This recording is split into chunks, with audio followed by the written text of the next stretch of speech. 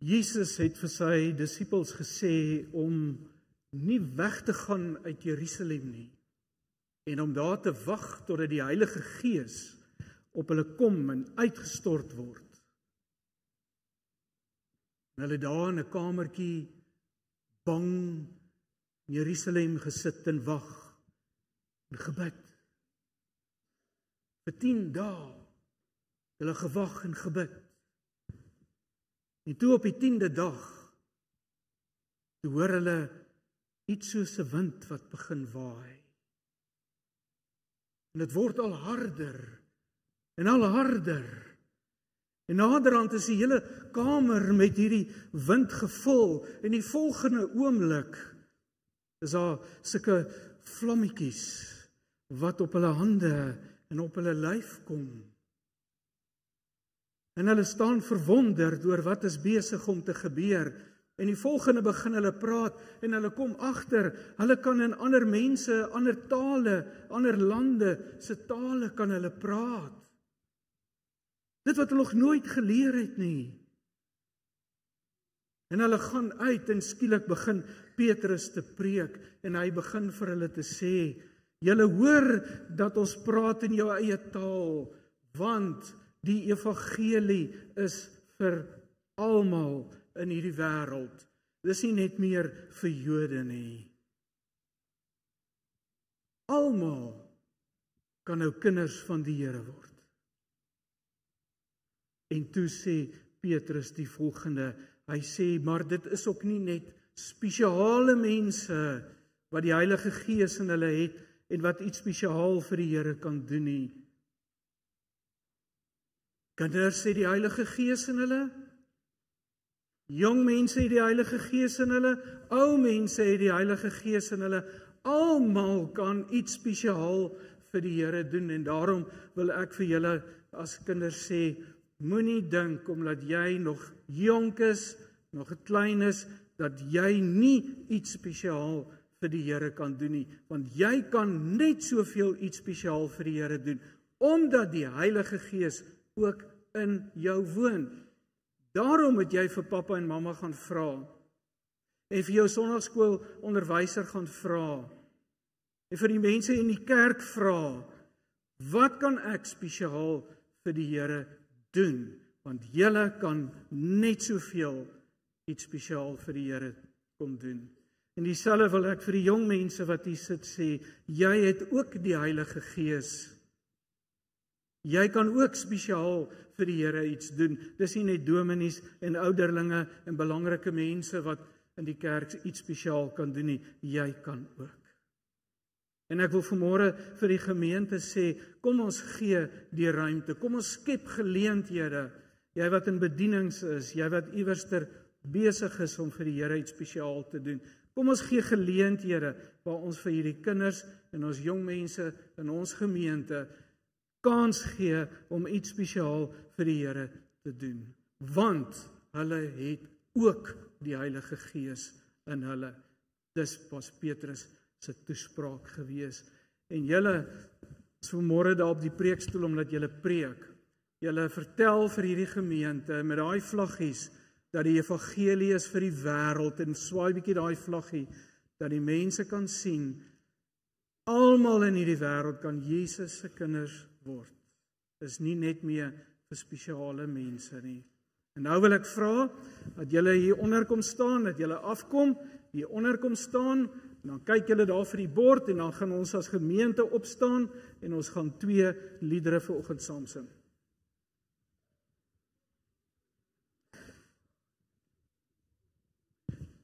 Kom staan sommer hierso en dan kyk julle daar vir die bord, dan gaan ons lekker 2 liedere saam sing.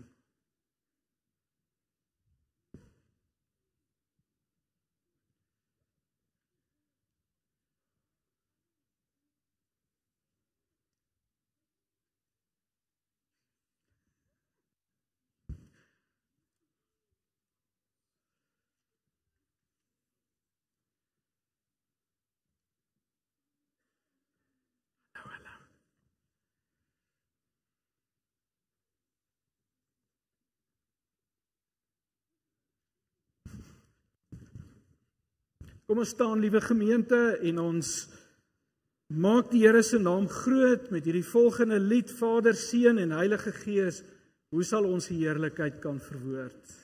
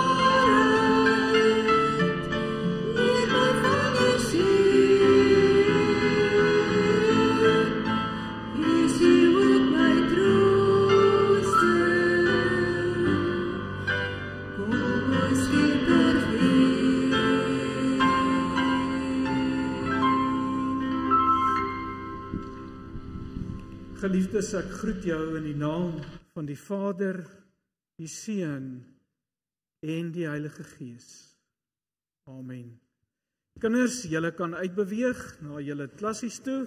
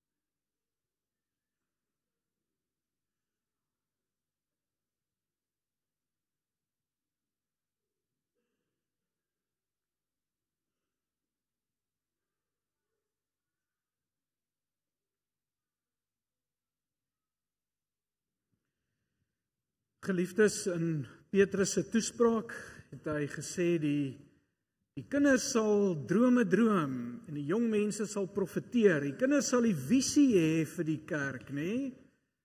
En die ou mense sê hy, hulle gaan maar net drome ook droom, sê hy. Die jonges gaan die visie hê. Mag ons dit vir hulle gun om deur met die Heilige Gees groot werk vir die Here in die kerk te doen en in hierdie gemeenskap te doen. Vanoggend steek ons een kers aan wat ons laat dink aan God, die drie-enige God, Vader, Seun en Gees. En dan ons tweede kers steek ons vanmôre aan omdat ons vanoggend spesifiek oor die Heilige Gees praat. En ons tweede kers laat ons dink vanoggend aan die Heilige Gees. Kom ons word 'n oomblik stil en dan gaan ons net saam bid.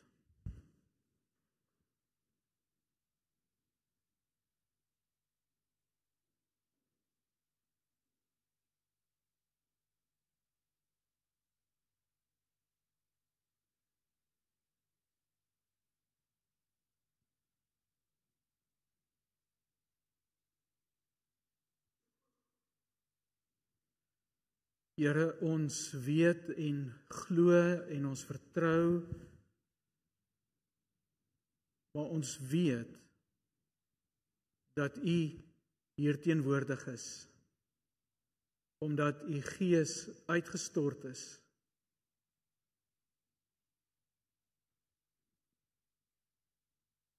Dankie dat U in ons werk.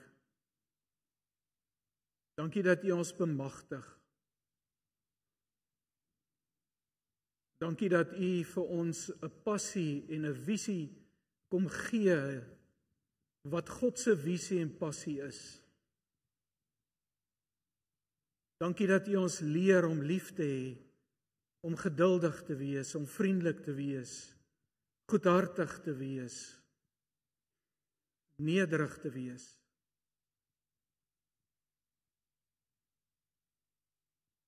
Dankie dat U ons verander, al hoe meer soos Jesus te wees.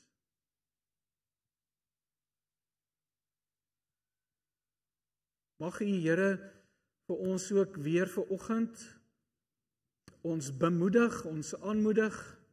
Mag U vanoggend weer vir ons help om die visie te sien wat die Here het vir die kerk in hierdie wêreld.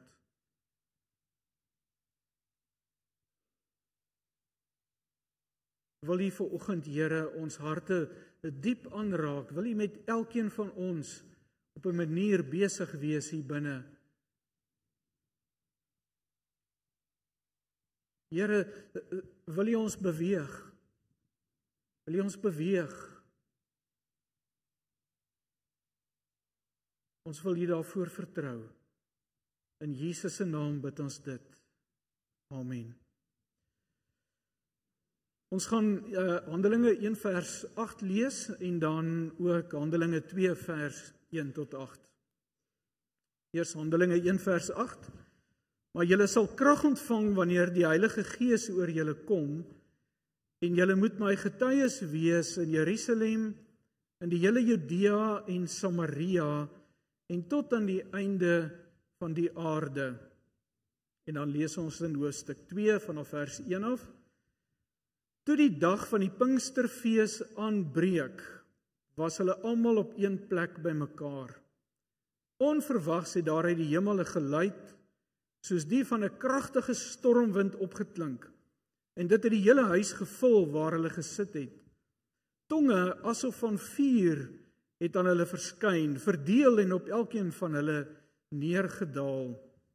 En almal is vervul met die Heilige Gees, en het in ander tale begin praat soos die Gees aan hulle gegee het om hardop uit te spreek. Destyds het daar vroom Jode uit elke nasie onder die hemel in Jerusalem gewoon. Toe daardie geluid opklink, het die menigte saamgedrom en was verward, omdat elkeen gehoor het hoe daar in sy eie taal gepraat word. verstom en verbaas het hulle gevra, kyk, is almal wat daar praat dan nie Galileërs nie? Hoe hoor elkeen van ons hulle dan praat in die taal waarmee ons groot geword het? Ek gaan net tot daar lees.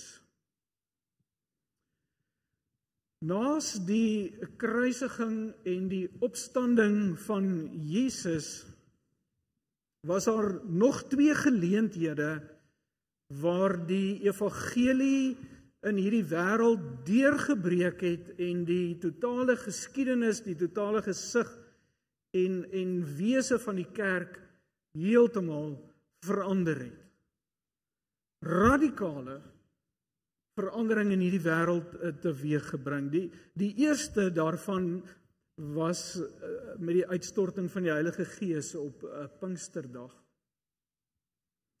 Die kerk het voor Pinksterdag hoofsaaklik bestaan uit mans wat gebore is uit die nageslag van Abraham.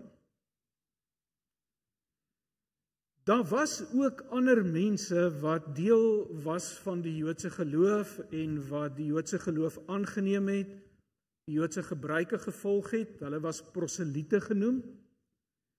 Maar hulle was mense wat 'n deel was van die Joodse geloof, maar hulle was nie regtig God se kinders nie.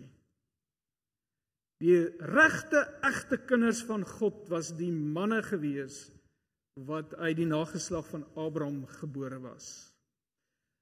Vrouens en kinders was ook maar 'n bietjie so aangelap aan die kerk. Vrouens was aan hulle mans gekoppel. Hulle het daai tyd nie gedink 'n vrou is 'n aparte entiteit nie. Hulle het geglo vrouens is soos wat 'n mens 'n kop het en 'n hand het, so het jy 'n man en 'n vrou. 'n Vrou is net 'n verlengstuk van die man. So die vrouens en die kinders was onder die man gewees en omdat die man uit die nageslag van Abraham gebore is, was die vrou dan daarby ingesluit. Hulle het mos nou nie geweet dat die helfte van die gene kom van die vrou af nie. Hulle het gedink die man is die een wat eintlik voortplant, nie die vrou nie. So dit is waaruit die kerk bestaan het in daardie tyd, is uit die nageslag van Abraham, die manne, en dan mense wat aangelap is en wat nie egte kinders van die Here was nie. En dan gebeur hierdie geweldige ding, hierdie ontsettende deurbreek van die evangelie en van die Here se liefde en genade op Pinksterdag, wanneer hierdie groep Jode daar in Jerusalem is vir die oesfees. Die oesfees was 'n geleentheid waar hulle eerste deel van die oes, 'n tiende van hulle oes, van die koring wat hulle geoes het hulle tempel toe gevat en hulle dit daar geoffer as 'n dankbaarheid en ook as 'n manier om te sê dat die Here is die een wat die oes gee. Dit was die mooi betekenis daarvan. So was daar die dag 'n klomp Jode, egte Jode wat uit die nageslag van Abraham gebore is, maar ook 'n klomp ander wat proseliete was en wat ook om dankie sê het vir die oes uit ander tale en ander bevolkingsgroepe van die wêreld. En dan is daar hierdie vreemde tekens. Die eerste teken is 'n wind wat gewaai het en die geluid van 'n wind wat mens maar assosieer met die Heilige Gees. Maar dan was hierdie ander 2 vreemde tekens. Die een was tonge van vuur. Presies wat dit is, weet ons nou tot vandag toe nou nog nie. Is dit nou vlammetjies wat daar was? Ons dink maar dis vlammetjies. Maar die teks praat van tonge van vuur, baie pertinent oor die tonge wat daar is. En dan kry jy direk daarna, aansluitend by die storie van die tonge, kry jy dan dat hierdie disippels die vermoë het om skielik in ander mense se tale te kan praat. as jy nou Afrikaans sprekend was in daardie tyd en skielik begin jy in Russies praat wat jy nog nooit voorheen gedoen het nie. En die Russe wat daar is, hoor dat die evangelie in hulle eie taal verkondig word en gepraat word. Waarom hierdie vreemde twee tekens? Wat is hierdie die ding van die tonge en wat is die ding van hierdie tale waarin die disippels gepraat het? Wel, jy moet nou onthou, wie was die egte kinders van God? Dis die mense wat in die nageslag van Abraham gebore is. Dis wat nog altyd geglo was en die Here moes met 'n bo-natuurlike wonderwerk moes die Here vir mense oortuig het dat die tyd het aangebreek waar die egte kinders van God nie net meer mense is wat uit die nageslag van Abraham gebore is nie, maar dat die egte kinders van God mense is van elke volk, taal en nasie. Kan nou egte kinders van God wees, want die Heilige Gees is op hulle net soos op die disippels en op die mense wat gebore is uit die nageslag van Abraham. Dit was ondenkbaar.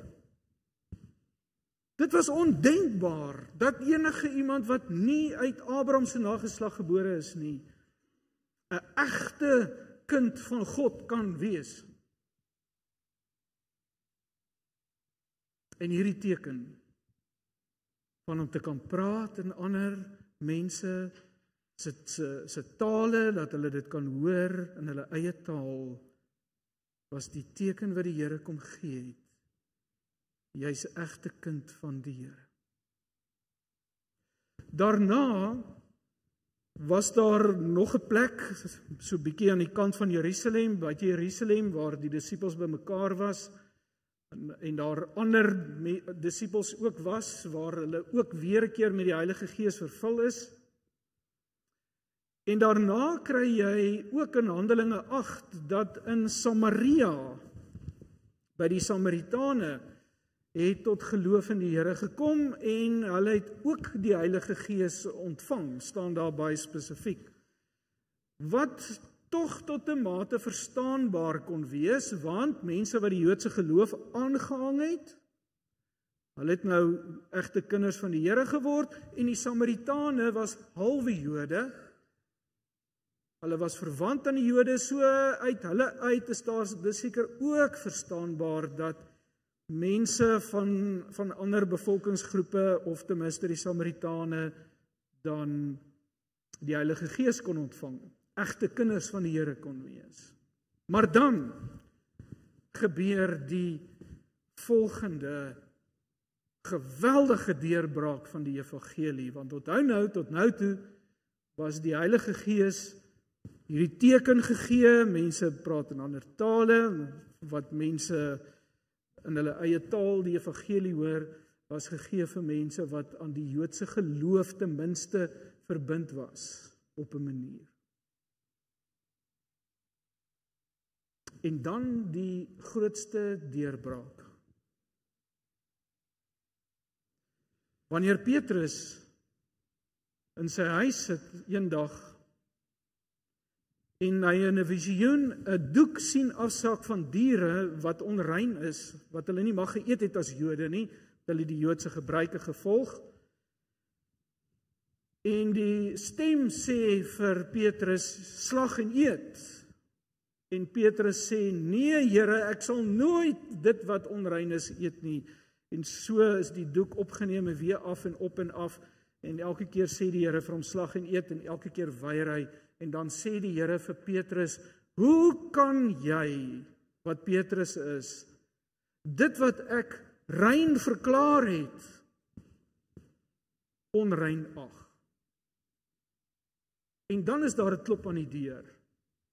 En daar's iemand wat hom kom roep en sê, Cornelius, die Romein, die heiden, soek jou.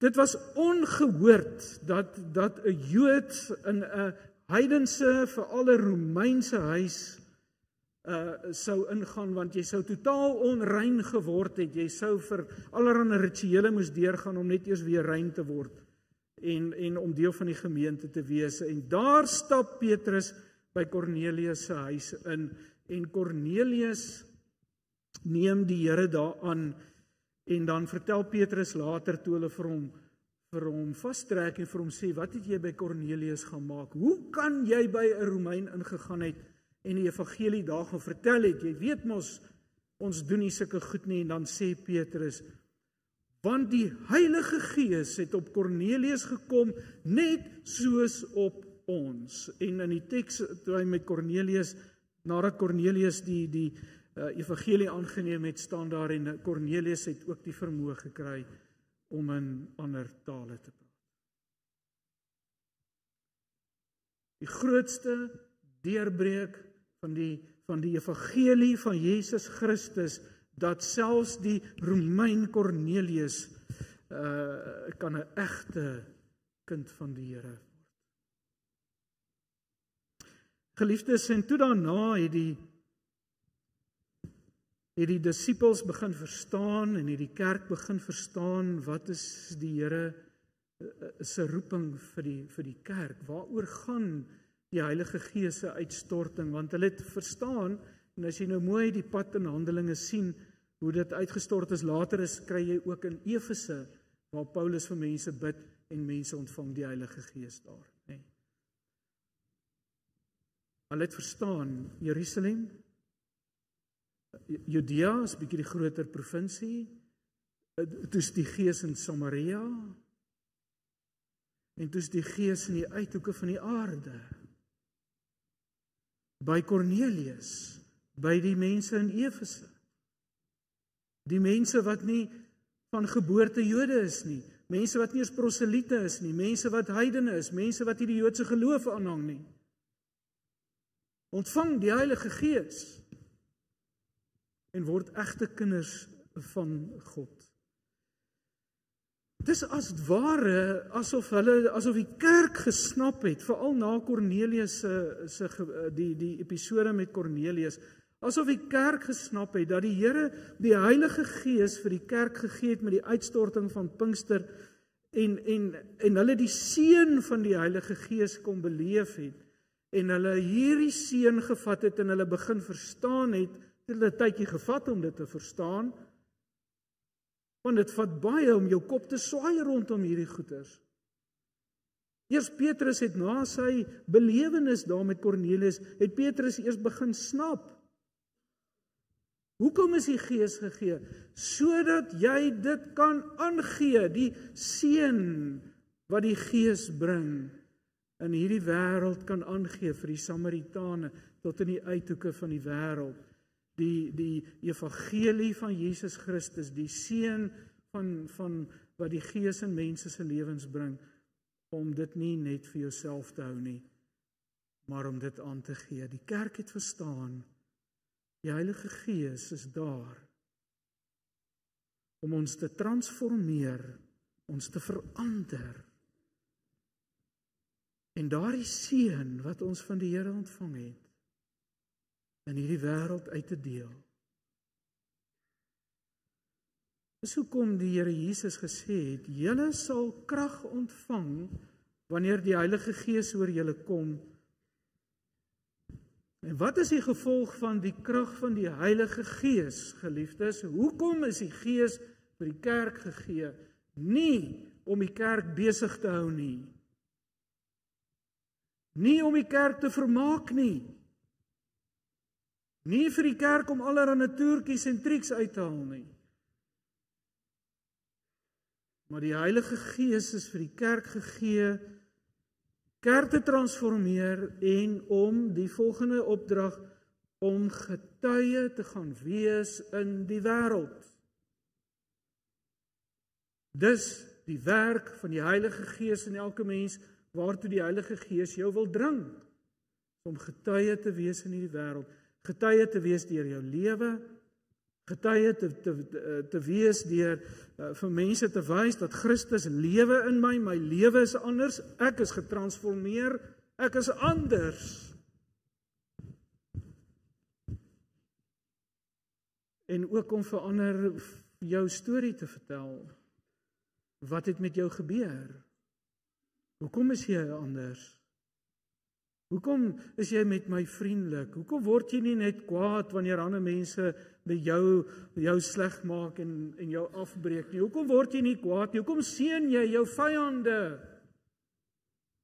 Hoekom gebeur dit met jou? Hoekom is jy so? Hoekom is jy mooi met jou lewensmaat? Kom is julle twee na 30 of 40 of 50 jaar se getroude lewe nog steeds so verlief op mekaar? Hoe werk dit? O, kan ek jou vertel? Christus het my lewe verander.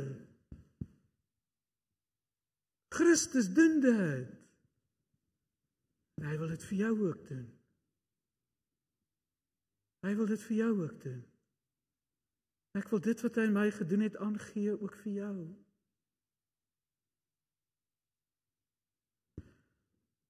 Julle sal krag ontvang wanneer die Gees oor julle kom om wat te doen? Om getuies te wees. En na Kornelius het die kerk dit gesnap.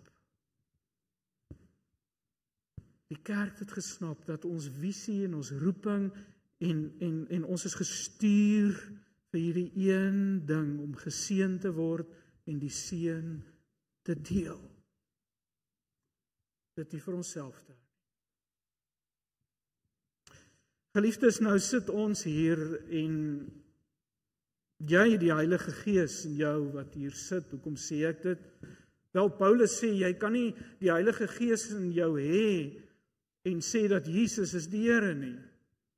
Jy kan nie 'n kind van God wees en nie die Heilige Gees in jou hê nie, want dit is die Gees wat jou daartoe gebring het, wat die geloof in jou kom bewerk, en so aan, en so aan. Die Gees is uitgestort. Dis gegee vir die kerk, vir die wêreld, is die Gees uitgestort. Nie net meer op profete en priesters soos in die Ou Testament en spesiale mense nie. Kinders, jong mense, ou mense, manne, vroue staan daar. Ons het die Heilige Gees en ek glo dat die Heilige Gees is met elkeen van ons besig om ons te transformeer, om ons te verander, om ons harte te verander, om die liefde van die Here, die vrug van die Heilige Gees, die vrugte wat daar moet wees. Ek glo dat elkeen van ons is die Heilige Gees mee besig met hierdie transformasieproses. As dit nie so is nie, is daar fout. So kom die Gees gegee is vir ons.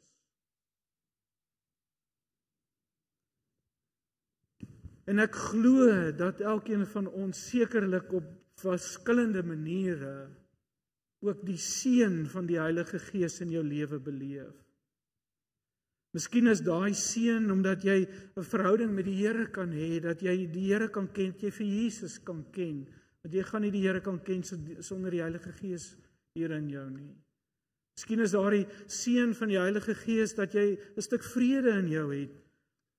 Dalk gaan dit met jou sleg, dalk is jy slegte nuus gekry oor jou gesondheid. En dat jy kan asemhaal en kan weet, ek is in die hande van die Here, die Gees is hier binne in my, die Gees gee vir my vrede. Miskien beleef jy die seën van die Here omdat jou huwelik mooi is. Want jy het geleer om die minste te word, om jouself te verloon, jy aan die een ag te slaan, gaan nie net oor jou nie. Miskien het jy dalk seën die Here jou omdat jy voel jy het betekenis in jou lewe. Miskien seën die Here jou dat jy die hart van menswees verstaan hier binne in jou. Wat 'n manier die Here jou dalk ook seën. Miskien seën hy jou met vriende, met gelowiges om jou, want dis wat die Gees ook doen. Hy bring die kerk bymekaar, nê? Het ons in die Pinksterweek gehoor. Miskien seën die Here jou deurdat jy agterkom, maar jy het ander mense lief. Jy het mense wat jy dalk voorheen gehaat het. wat jy niks meer te doen wou gehad het nie, het jy lief in jou lewe, jy gee vir hulle om en jy die seën van wat beteken dit, hoe voel dit om lief te hê, om regtig lief te hê, al het hulle jou seer gemaak, om verby die seer te kan gaan en lief te kan hê. Miskien beleef jy daar die seën van God se liefde, van sy geduld en so aan en so aan. Hoe geseënd is ons nie? As jy mooi oor jou eie lewe gaan dink, gaan jy ongelooflike seën in jou lewe raak sien, wat die Gees in jou lewe doen. En nou, geliefdes, kom sê die Here vir ons, gee dit aan. Gee dit aan. Want dis deel van die rede hoekom ek het vir jou gegee het, sodat jy dit kan aangee. Wat moet jy aangee? Jou verhaal van God, wat God in jou gedoen het. Jy gee jou lewe aan, jy gee jou vriendelikheid aan, jy gee jou geduld aan vir mense, jy gee die sagtheid met in jou oë waarna jy kyk na mense aan, jy gee omgee vir mense aan, jy gee jou gawes aan, jy gee van jou materiële dinge aan, want dis ook 'n seën van die Gees. Jy gee jou geloofsgemeenskap aan, jy gee jou klein groep aan vir mense, sodat ander ook die seën kan beleef van om tussen ander gelowiges in 'n groep te kan wees. Gee dit aan. Gee dit weg. Dis waarvoor die Gees hier is. Om my en jou te help om dit te doen. En ek weet, hier binnekant klop dit so, want is dit wat die Here van my verwag? Hoe gaan ek dit regkry? En dan hierdie ongelooflike woorde van Jesus, weer eens, maar julle sal krag ontvang, wanneer die Heilige Gees oor julle kom. Julle sal krag ontvang. Wat beteken hierdie krag ontvang? Hierdie krag? Wel, dit beteken alles om vir jou 'n getuie te laat wees. Alles. Wat jy ook al nodig het om 'n getuie vir die Here te wees, sê die Here Jesus, ek beloof vir jou, as die Heilige Gees oor jou kom, het jy dit, om 'n getuie te wees. Hy gaan vir jou die moed gee. Daai disippels, na Petrus hulle in die tronk was, kom hulle daar uit, en hier sit hierdie klompie, groepie gelowiges daar in 'n huis, en hulle bid, en hulle sê vir die Here, Here, kyk hoe bedreig hulle vir ons, en dan bid hierdie gelowiges hierdie gebed, Here, gee vir ons nou die moed om die evangelie te deel, al gaan hulle vir ons, hulle dreig ons met die dood, gee vir ons die moed om getuies te wees, Here. En dan staan daar, en die plek het geskud, en hulle is vervul met die Heilige Gees, en hulle is daar uit, en hulle die evangelie gaan deel. God, die Gees gee vir jou die moed. Moed beteken, jy is nie meer die bangheid is nie noodwendig weg nie. Eerlik is jy nog steeds bang. Moed beteken, ten spyte van my bang, neem ek 'n tree in die geloof. Hy gee vir hulle die middele. Hy gee vir hulle die vermoëns. Hy gee die gawes wat nodig is om die werk vir die Here te doen, om getuie te wees vir die Here. Hy gee dit alles. Dis daar vir ons, geliefdes. Jy het dit. Wat nou moet gebeur is, ons moet nou die tree in die geloof gee. Ons moet nou die tree gee. Ons moet nou môre, wanneer ons gaan of vanmiddag, of wanneer ons gaan by die winkel koop, en ons kom by die til, moet ons die tree gee, om vir die persoon wat al vir die hele dag agter 'n til sit, vir daai persoon iets moois te sê. Wat is jou naam? Jy het 'n mooi naam. Wat beteken jou naam? Ek sien dit in jou. die tree gee om vir iemand te kan seën. Die tree gee om uit jou gemaksone uit te beweeg, om wat jy het, aan te kan gee. Ek dink nie 'n mens moet noodwendig onverantwoordelik wees nie, maar geliefdes, ek wil hom vanmôre ook vir jou sê, weet jy wat nie? Partykeer is ons gelowiges ook so verantwoordelik dat ons niks meer vir die Here doen nie. Dat ons niks meer doen waarvoor ons die Here moet vertrou voor nie. Henry Blackaby het altyd in sy boeke gepraat van God groote dinge vir God. Wat is God groote dinge? Dit is dinge wat jy oortuig is van die Here lei jou, maar wat jy weet is te groot vir jou.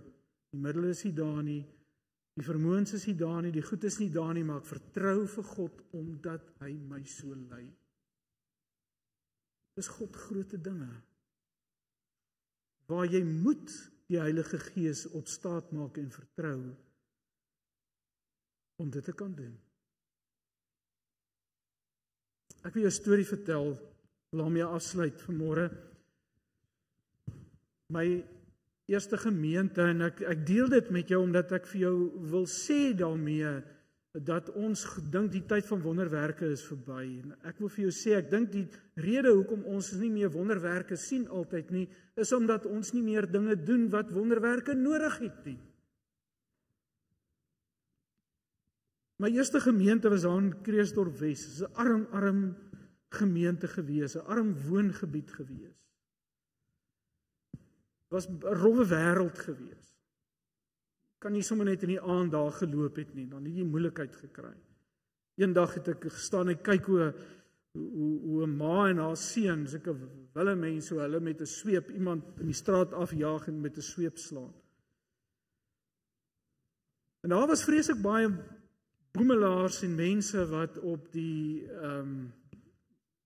buite op die sypaadjies gebly het en daar geslaap het en baie arme mense. Ek weet nie hoekom is hulle soontoe nie, want miskien trek armoede, ek weet nie, maar hulle was daar gewees. En nou wil ek dit sê, die gemeentetjie daar kon skaars my salaris betaal. Ons het 'n groentetuin begin om die groente te verkoop sodat ons kan geld ingekry het vir ons sendingprojek wat ons probeer het. Ons het in daai tyd, was die gemiddelde inkomste vir die gemeente, en ek sê dit om 'n belangrike rede, was so R13,000 'n maand. Die gemeente het woonstelle wat jare terug gebou is ook gehad, wat hulle 'n bietjie uitverhuur het, en dit het die inkomste tot so by R22,000 'n maand gebring. Daarmee moes ons alles betaal. Toe kom lê die Here op 'n paar lidmate en op my hart, dat ons moet kos gee vir hierdie mense wat hier buite op die straat lê. En ons gaan na die kerkraad toe en sê vir die kerkraad, ons is regtig hiervan oortuig dat die Here dit op ons hart lê, ons het hierdie passie, ons het hierdie behoefte vir mense wat nie kos het om te eet elke dag nie. Die kerkraad sê, maar ons weet mos daar is nie geld vir dit nie. Ons sê toe, nee, maar goed, ons onderneem, ons sal nie vir die kerkraad 'n sent vra vir dit nie. Hulle sê, nou waar gaan die kos vandaan kom? Sê, ons weet nie. Wel, geliefdes, toe begin ons die eerste keer. Paar vrouens wat dit hulle bediening gesien het, en ons het tafels in die saal uitgepak en plastiekborde en virke gekoop, en ons het vir hulle by tafels laat sit en eet. En ons is in die strate in die eerste dag en ons het hulle gaan nooi, letterlik van die strate af gaan haal, gesê, hier is vir jou kos. Toe is al so 30 mense. Dit was die Dinsdag, die Donderdag, want ons het dit 2 keer 'n week gedoen. Die Donderdag, toe is al 50 mense. Toe groei die getal tot so 70 mense, wat 2 keer 'n week kos kry. Toe sê hulle vir my, maar hulle soek ook kerk. Hulle vra toe sê ons, goed, maar ek sal vir julle Sondagmiddag kerk hou. Toe hou ons Sondagmiddag vir hulle 'n kerk, en daar het ek gesien hoe mense Sondagmiddag 3 uur op 'n Sondagmiddag tot bekering kom en die Here aanneem. toe gee ons vir hulle sondagmiddag ook kos. Ons het vir meer as 2 jaar tot ons weg is uit Kreersdorp Wes uit. Het ons 3 keer 'n week vir gemiddeld 70 mense kos gegee. Ek weet tot vandag toe nog nie waar het daai kos vandaan gekom nie. Weet jy, dit het baie keer gebeur, dat hulle besig is om kos te maak, dan stop 'n bakkie buite kan die kerk, dan sê 'n boer, ek het 'n vrag tomaties, ek weet nie waar moet ek met die goed heen nie, kan nie mark toe met dit nie, want dit sal oorryp. Het julle nie 'n plekjie, dan sê ek, laai dit net hier af. Ons gaan nou sop maak met daai tomaties. Maar weet jy, die wonderlike van hierdie hele storie, is dat 'n man na my toe kom, wat vir die skool toebroodjies uitgedeel het daai tyd. Hy het so R30,000 se brood elke maand by skole uitgedeel. Ryk sakeman. Toe hoor hy van ons projek. Toe kom hy op 'n stadium na my toe sê hy vir my, Petrie, kan ek my offergawe vir julle gemeente gee? Ek sê, jy kan ons maar gee waar jy wil, maar jy is welkom. Ons sal dit baie waardeer. En daai volgende week bel ons kantoordame my, sy sê vir my, Petrie, jy moet asseblief kantoor toe kom. Ek dog, wat het nou weer gebeur? Sy kom na in, sy wys vir my cheque. Sy sê, jy het 'n ou 'n cheque uitgeskryf vir R16,000. Onthou, ons inkomste is 13, nie? Die helfte van daardie finansiële jaar. Toe staan ons finansiële voorsitter op in die kerkraadsvergadering en sê vir ons, ek kan dit nie glo nie. Hy sê, maar ons is in die helfte van die finansiële jaar, is ons verby die totale finansiële jaar se begroting van inkomste.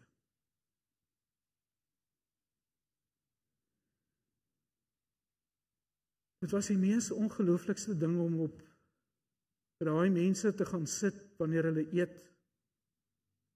En hier sit 'n mens en hy eet en hy kry nie genoeg nie en as jy vir hom vra, wil hy nog hê, asseblief. En dan gaan skep hy nog so bord en eet en nog 'n bord 3 keer. Weet jy, daar was nooit een oggend dat daar nie genoeg kos vir 70 mense was. Nooit nie. Ek het daar mense vasgehou wat so vuil is, jy kan hulle afskraap die vuile goed letterlik van hulle gesig af. Wat wegskram as jy aan hulle wil vat, want hulle wil nie aangevat word nie, want die enigste vat wat hulle ken is wanneer iemand hulle seermaak as hulle aan hulle vat. Mense wat die Here Jesus se liefde ontmoet het. Geliefdes, baie keer is ons so verantwoordelik dat ons nie meer God groot dinge in die wêreld doen nie. Dat ons nie meer vertrou dat ons die krag van die Heilige Gees in ons het nie. Ons dit nie regtig meer glo nie. Die evangelie is gestuur na die wêreld toe. En om die evangelie aan die wêreld aan te gee is altyd morsig. Sukkel altyd. Dinge loop altyd verkeerd. Dit kos jou altyd tyd en dit kos jou geld, dit kos jou moeite, dit kos jou trane, dit kos jou frustrasie om die evangelie aan te gee in hierdie wêreld, ek beloof jou dit. Maar Jesus sê, hy wat met trane saai, sal met blydskap oes. Hy wat met trane saai, sal met blydskap oes. Ons het die krag van die Gees. Ons is gestuur, kom ons gee die seën aan in hierdie wêreld. Kom ons vertrou vir God om dit te kan doen. Amen. Ons bid saam.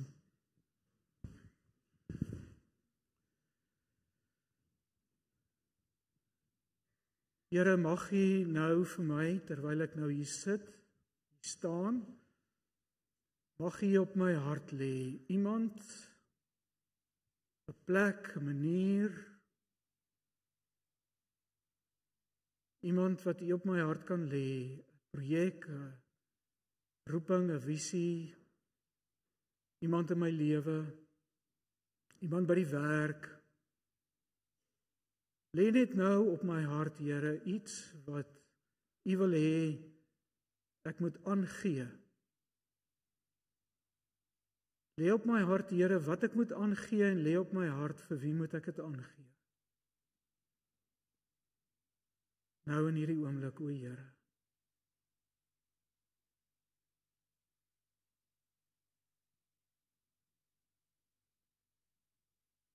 Here, gee nou vir my die moed, gee vir my die vermoëns, gee vir my wat ek nodig het om U seën te kan aangee.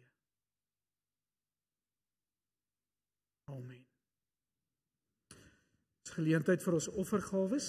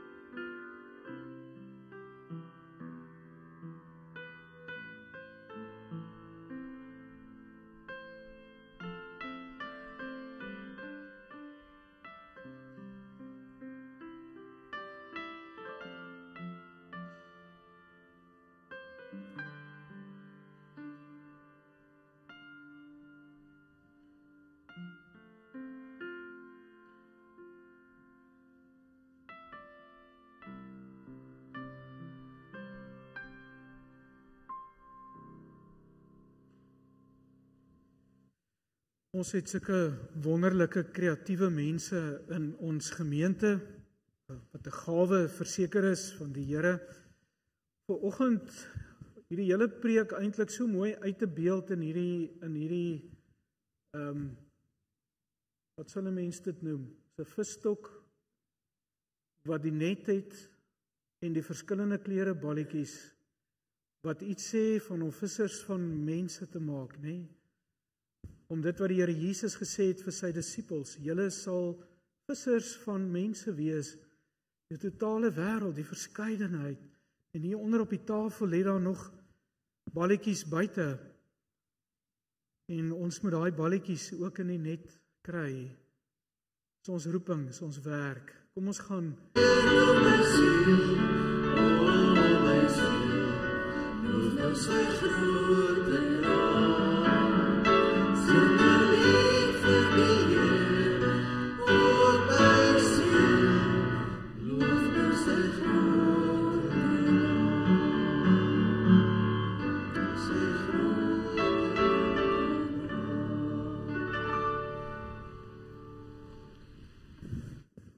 Gaan dan na al die nasies, maak hulle my disippels, doop hulle, leer hulle, en kyk, ek is by julle al die dae tot aan die einde van hierdie wêreld.